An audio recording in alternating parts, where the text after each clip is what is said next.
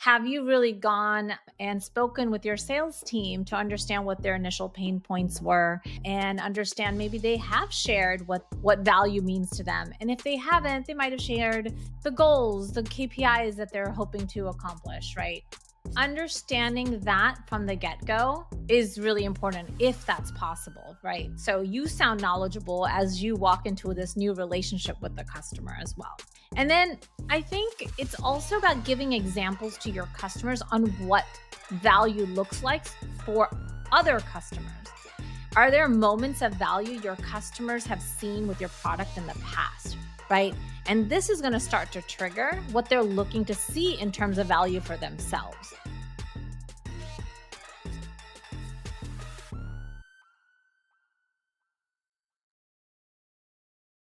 Welcome to another episode of Customer Success Talks, Real Challenges, Experts Advice, the podcast dedicated to helping those transitioning into customer success and early career customer success managers. I'm your host, Byron Toruño, passionate about customer success, nerd of customer success, and also super happy to be here in another episode with all of you. Thank you for your support. Thank you for all the love. And today is going to be another amazing episode with another amazing guest. And let's see where the conversation is going to take us. Because what we are 100% sure that we're going to be talking about today is about value. The value that we as customer success managers need to deliver to our customers, right? There's just too many things in the list of a customer success manager. Delivering value is one. Also, making sure that we cover the customer's outcomes as well, measurable outcomes, and building relationships, and also internally within the company and here and there. Oh my God, why are we here at the end, right? But we decided to take the challenge, and today we will be talking about value. And for that, we have a real powerhouse with us today. We are with Shruti Sharma. 20 years of experience in customer facing roles and technology. Shruti is passionate about driving a customer centric approach across SaaS businesses. It's also recognized as top 25 creative CS leader by Ever After, founder of Consult with Shruti, where she helps SaaS companies build customer first strategies, mindset, and systems, increasing customer engagement, which at the end equals to reducing churn. Shruti, thank you so much for your time and welcome to Customer Success Talks. Thanks so much. I'm so happy to be here and I'm excited about our conversation today. I am too. We have been planning for a while this episode today, this conversation, and the date is here now. So let's It talk is about value. here. But Shruti, let me first ask you about your consultancy. Why everything started? Like, why do you wake up one day and say, "I will do my own consultancy"? Well, I have to say I always had a bug for my for being an entrepreneur on my own.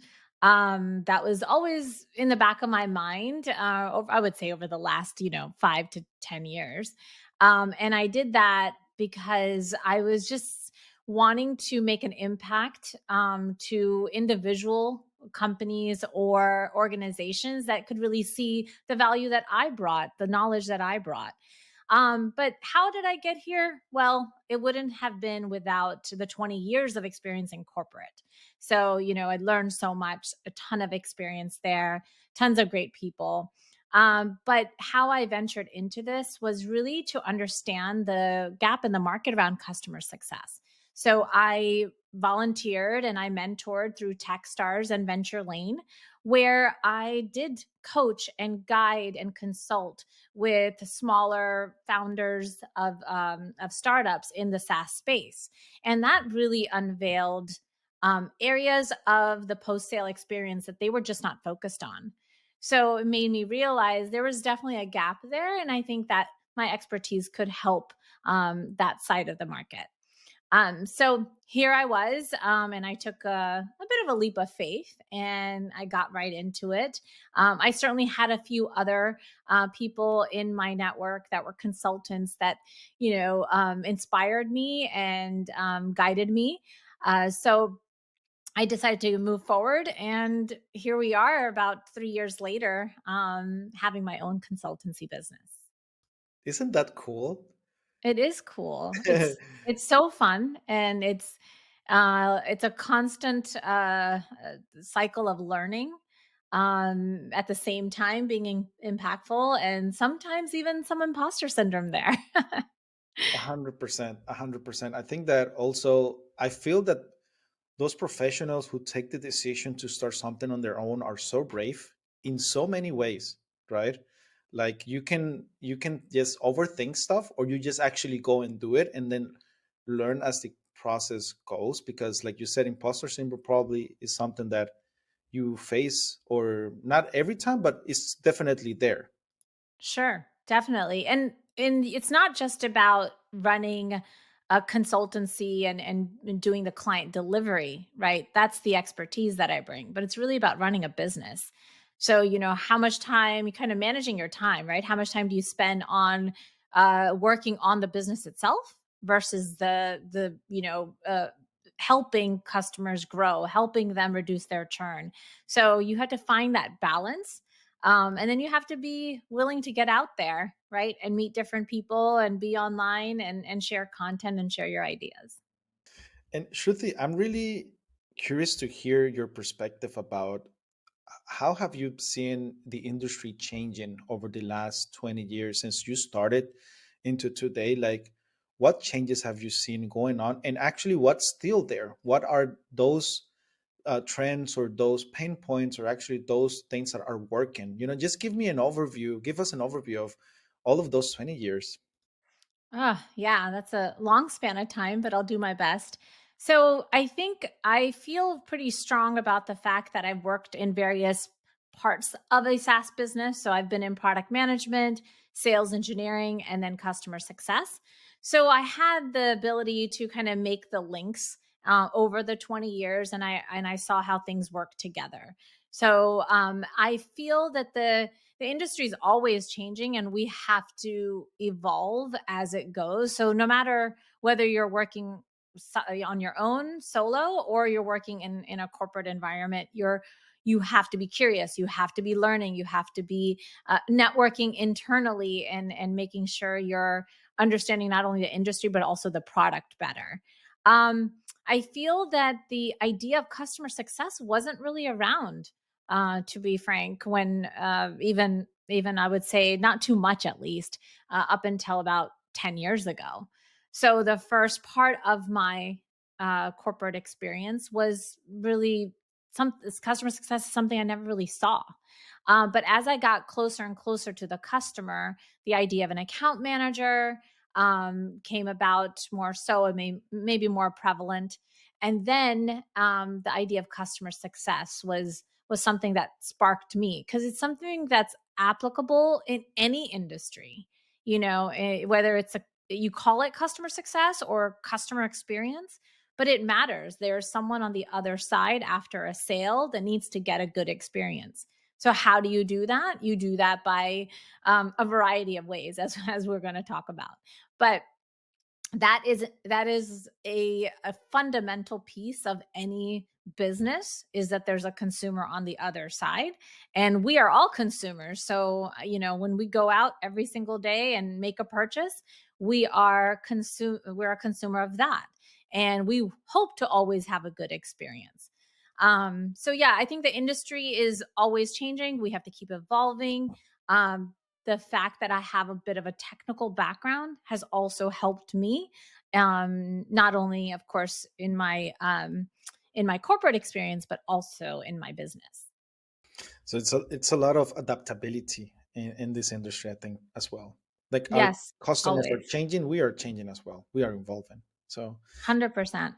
And and curiosity, right? mhm. Like not sitting back and not being proactive about learning. I think being curious outside of your day to day, like listening to a podcast, getting on YouTube. Um, I think that's also helped me, reading books, talking with people, networking with people to see what are others doing. And that knowledge can only advance you. 100%. I mean, networking, community, reading books. I used never to read a book. I think I come from a culture where we don't read books that much, as Yeah. in Germany, for example, where I am now. That is common to see my wife's parents and their grandparents give books for birthday Oh, or something. nice. Yeah. So at the beginning, I was like, okay, give me money. I Yeah. will accept it because a book. But since customer success came to my life, I have been reading a lot, but it's super interesting to see how the industry is constantly evolving. But something that is also evolving is the way that our customers are expecting us as customer success managers, us as product team, us as sales, as a company, because it's not only one teamwork or one person. How Yeah. we can deliver the value that they're expecting, the value that they were looking for, because there are different pain points, but there's also different ways of delivering value. So I wanted to ask you, Shruti, I'm really curious to hear your perspective on this one, because I wanted to know, how can a customer success manager Mhm. mm, discover what value actually means for their customers? Right. So I think it also starts with, doing your research, right? Prior to a handoff from sales to the CSM.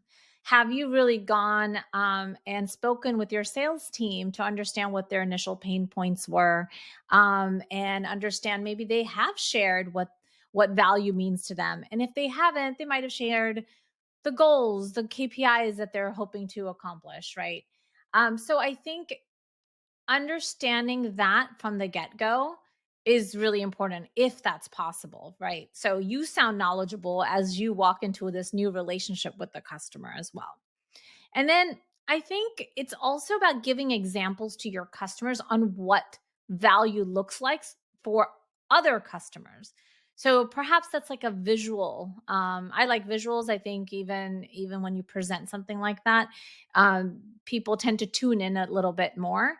Are there moments of value your customers have seen with your product in the past? Right. And this is going to start to trigger what they're looking to see in terms of value for themselves. Like certain discussions will happen because they're like, oh, wow, like I see that your customer in 30 days achieved X.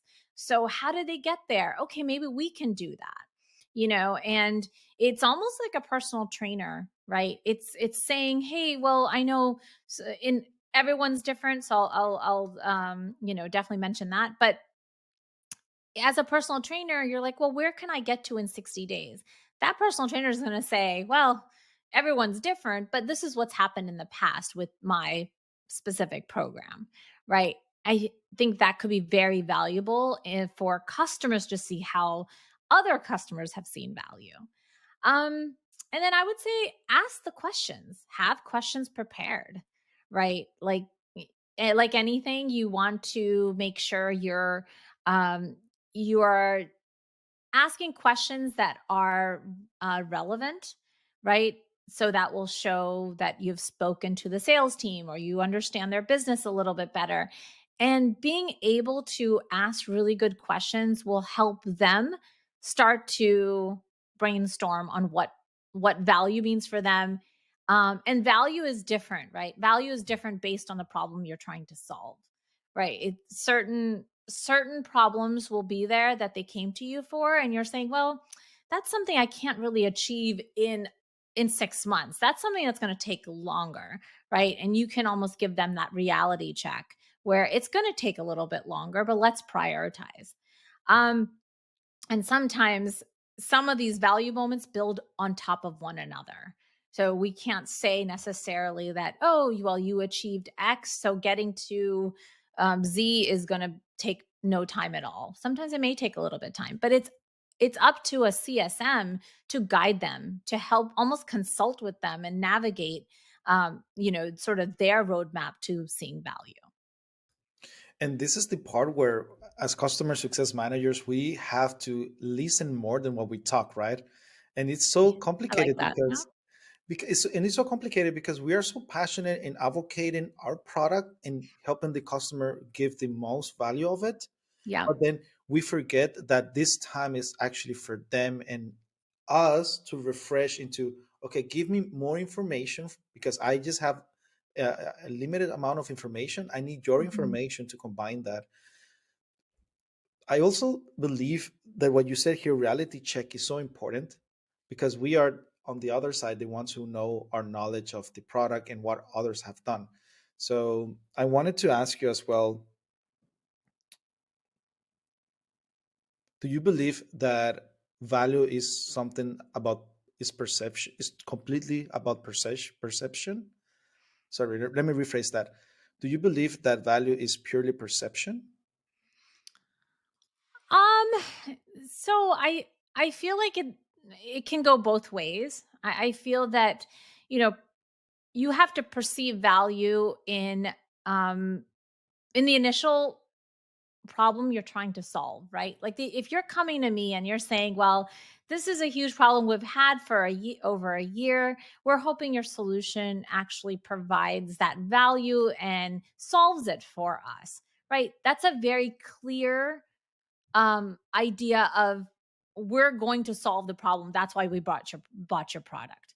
But value can also be perceived by the experience that they have with your company, right? With the relationship that they have with your CSM. At the end of the day, I think when we're talking business, there are metrics. There are numbers you have to some in some form you got to hit, right? And otherwise they're not going to renew your product. So let's kind of be real about that. But by having that solid valued relationship and partnership, that can also weigh in as perceived value. um, but if we back up for a minute, I want to say that the planning you do in advance when you first meet your customer, so something like a success plan, you can call it that, you can call it something else, but why not have a very clear roadmap that you collaborate on and build that together, right? Because they may have other priorities, they may have other roadblocks that may not allow them to get to the value they hope to see. And so long as both of you are aware of that, then the better off both sides will be. So, perception, for sure, but I think it comes down to the numbers and how they actually have that sort of soft feeling for the product and the relationship that they have with you. It's so powerful what you're saying, Shruti, because you touch on success plans and you also, before that, you said the visual. And we are all visuals, right? We are visual human beings. And by being able to ask the right questions and understanding what value means for them, creating that mutual success plan, it's a way to constantly actually showing the value. Yeah. Like, why not have a working document or working visual that says, hey, you know what? We had this set up for the first 90 days, and I am getting around to it or not getting around to it. And so it's up to us as a CSM to flag it as like, hey, because you have communicated this, we may not be able to get it in the time frame you want, Hmm. right? Or is it possible at all? Or some things have shifted, right? It's a opportunity to be transparent with the customer and them to be transparent with you when you have a working document per se.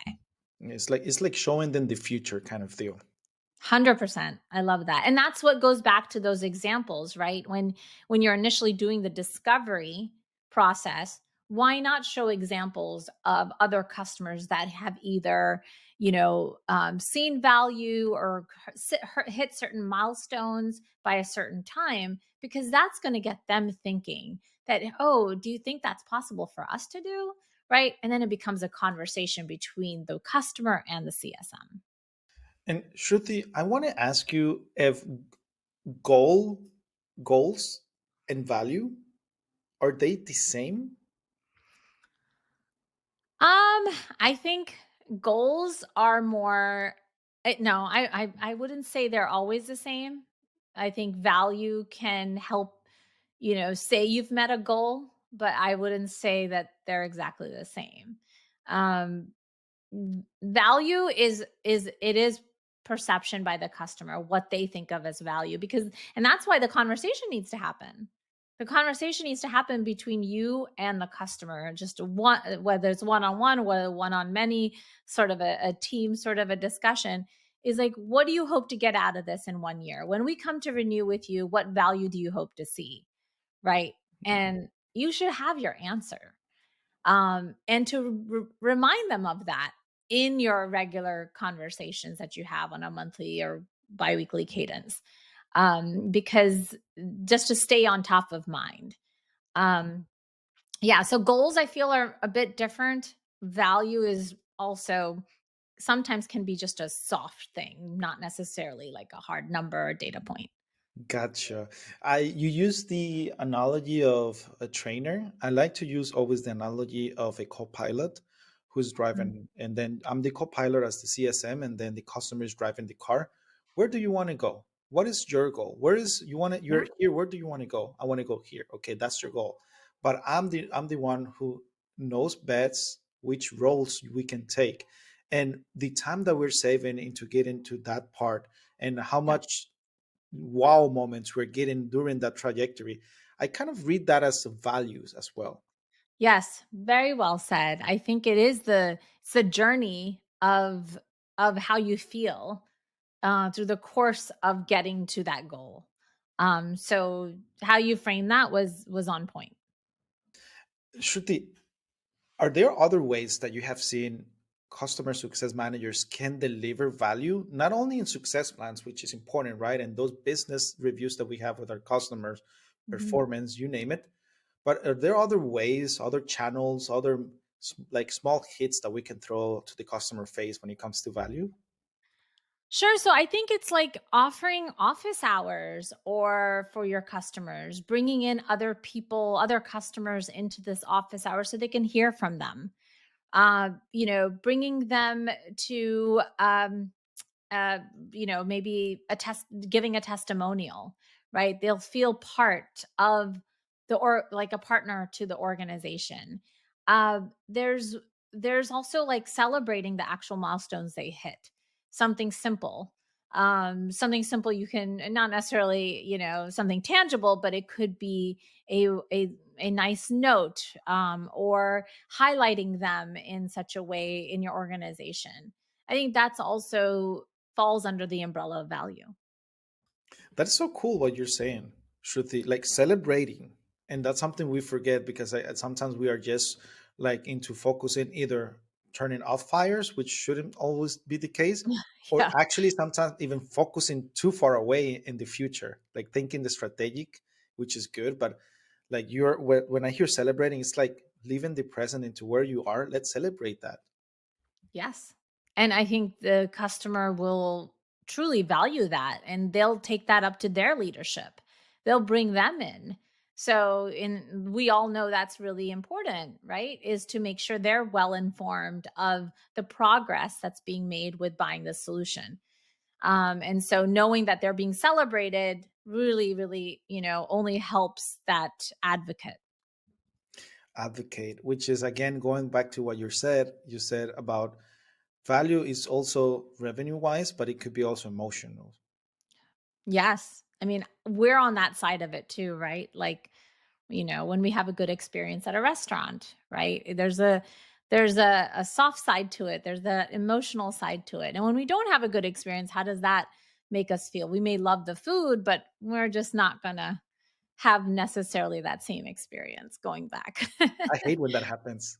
Oh, yes. No one loves that. We want some good food and good experience. I have I have a, I have a question because sometimes as customer success managers, it's hard for us to know, or is it even hard? Should it even be hard? Let's see. How can we know when a customer is actually perceiving the value? Um, I think there's definitely uh metrics and KPIs, right? No matter what. Like there is a Mm, number that we are living in a world where data does drive a lot of our decisions and how we feel about a product and if we're going to renew or we're going to do other things. But that is a huge component. But I also think when you hear directly from your customer what they think, right? Very clearly asking the question like, hey, tell us about what you think of the product, or what do you think of so far, what you've achieved so far, right? Looking at what their behaviors are, their actions are, the questions they're asking. Are they leaning into what you're offering, what you've said, being connected to another customer to learn about their experience? Like all of that are signs of feeling like they're receiving the value. They're not so quantifiable, but they are very important in understanding. Well, I think they love us. They're seeing the value and they're going to renew with us. Um, Agreeing to being a reference or doing a testimonial or um, any sort of advocacy that they raise their hand for could be a signal that they are continuously seeing value in the product. And the ultimate is obviously renewing, right? And staying with you. Um, that really, I think those are the ones that come to mind. There's no best person than the customer that can tell us if they're receiving the value or not. Maybe they don't know how to say it, but they are the ones who have the power. Yeah. Absolutely. And some can be very vocal about it, which we would always appreciate. So like you said earlier, like listen more, listen and tune into when those customers are saying those things, right? And verify it and understand it better. And don't be afraid to be curious and dig deeper at that point. So if someone says, "Well, wow, we accomplished XYZ and this is what we've been waiting for." Well, ask more questions. That's your opportunity. And that dialogue that you have regularly with your customer, they'll appreciate it and you'll appreciate it because somewhere in there you'll start to hear where that value is being demonstrated.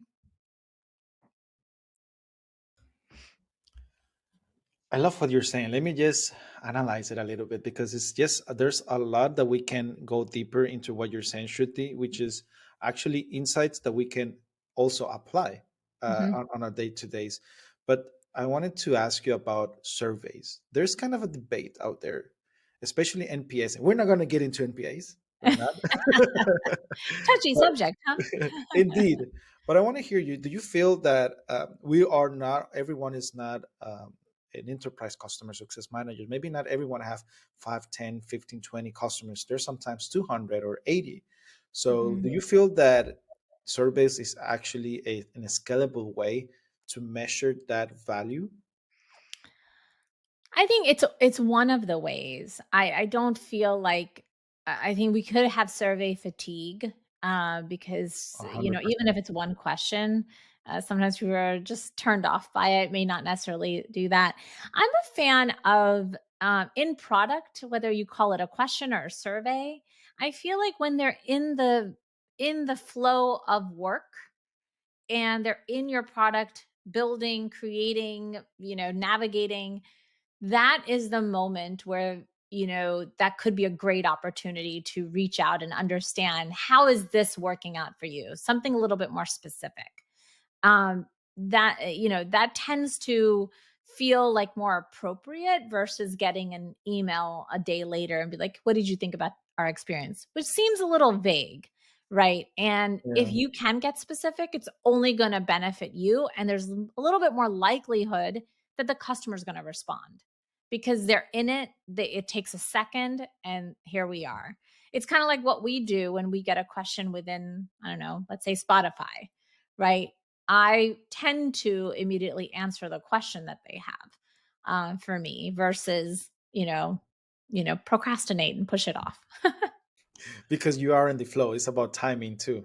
It is so about timing, especially with there being so much we're digesting all the time, and there's so much more input. There's almost only so much time we have to like actively go out there and say, okay, I'm going to finish a survey. Absolutely. And like I said, like you said, I'm sorry, there's a lot of survey fatigue everywhere, right? Everyone wants a little bit of us as customers. Of course, of course. What are the what are the no to do? as customer success managers when trying to show, deliver, demonstrate the value? What are those top three things that you would recommend someone not ever to do? I would say don't interrupt a customer talking. Wow. Wait for the pause. Like listen, right? And I think and don't let them lead the discussion all the time, right? There's got to be a balance a bit.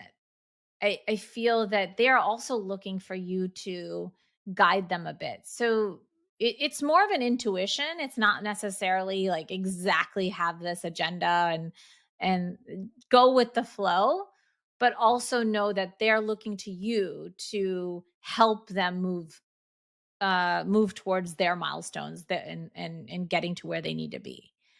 And I would say be human.